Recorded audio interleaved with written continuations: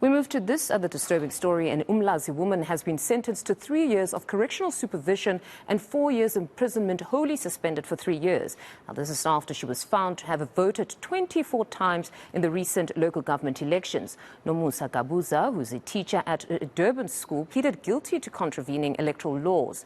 Gabuza cast 12 votes for the municipal elections and 12 more for the ward elections. To speak to us more on this is election specialist Mr. Tselane. Mr. Tselane, good morning and thank you very much for your time. I must say this particular story is very concerning because if you were to appropriately characterize this act, this individual sought to manipulate a democratic process, a process that ultimately determines the quality of life that communities receive in the form of services from whichever party emerges victorious. Does a suspended sentence send a strong message about the seriousness of this offence, though? Well, I agree with you that it's a serious matter. But of course, the courts have got their own issues that they take into consideration when they make a determination. But a matter such as this should not have happened in the first instance.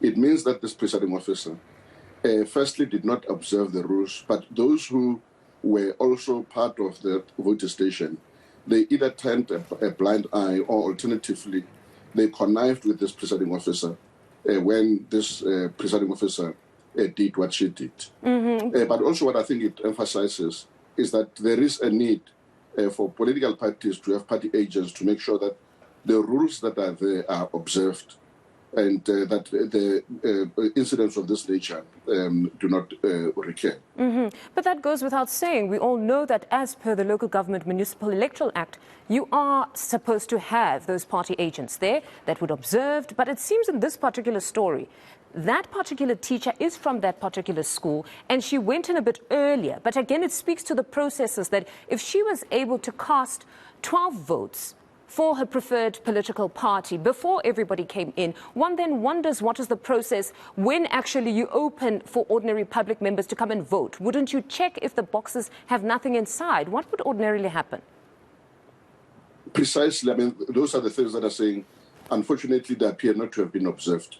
When a voting station opens, the presiding officer, in the presence of firstly the electoral staff, the observers, as well as the party agents, has got to take the ballot box and ensure that there is nothing stuck in that ballot box and that the ballot papers have not been pre-marked and preloaded into that particular ballot box or in the ballot box that are going to be used at that voting station.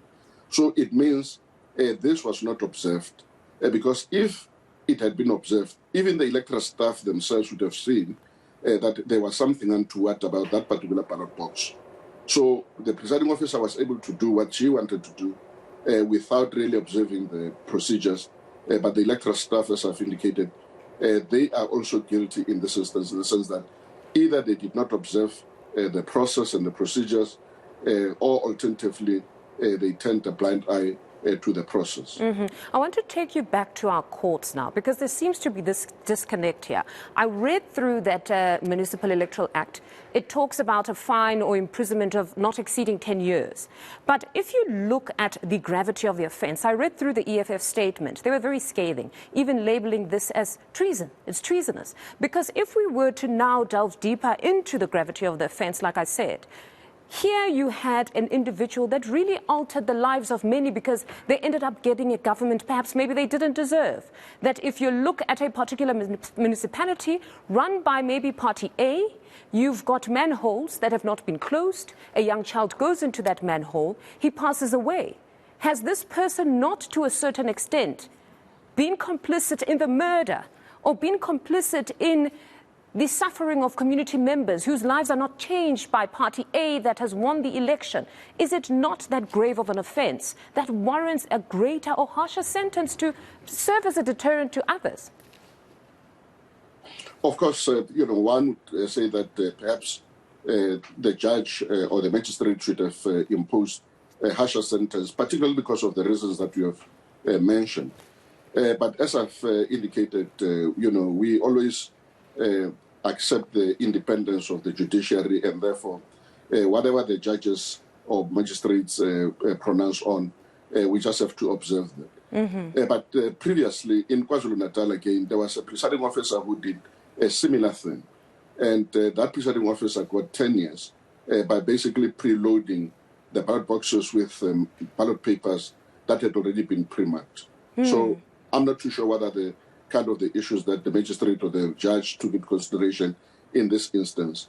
But there have been instances where a magistrate or a judge has actually imposed a much more harsher sentence under those circumstances. Now, this area around elections remains your area of specialization or expertise. What do you think could be done to ensure that we don't see such an incident as this one? Because there was a particular concern also raised by the EFF in their statement around the affiliation of some of those IEC officials, that sometimes there would be SATU members as teachers who are then affiliated to COSATU, and we know COSATU is aligned to the African National Congress. How would one address the perception of conflict? Because we cannot say it's conflict, but it's perception, and perception is everything in this country. So how does one address that in this instance? Because naturally everybody you would hire as an IEC official would to a certain extent have their own political preference, but we expect them to observe or operate ethically during that period. So what must be done to ensure that people act accordingly? Well, I think the first thing that has got to happen is that the commission itself must make sure that this person is never allowed to participate in the electoral process again. But they've got also to take very stern action against all the electoral officials that were operating at that voting station. But as you've correctly pointed out, what normally happens in the voting station is that the electoral staff, particularly the presiding officer and the deputy presiding officer, their names are given to the political parties in order for political parties to make sure that none of those people are people who are actually politically involved. You know, so they have a responsibility to make sure that they go through the list of the presiding officers and deputy presiding officers to make sure that those people are not affiliated to any political organization. And, you know, that's the first important thing. It might actually be even be necessary for the commission to begin to subject every person who is working at a voting station to a similar standard, because currently it is only applicable to the presiding officers and deputy presiding officers. But I think we also have a responsibility as a society to make sure that we've got observers at each and every voting station, and the political parties also have got party agents at a voting station to make sure that this kind of things don't recur. Insofar as the training is concerned, you've been there before. Is the training adequate insofar as conscientizing or sensitizing these officials around the project of democracy and their important role when we go to elections? Is it adequate, the type of training they get? You know, this one has got nothing really to do with training.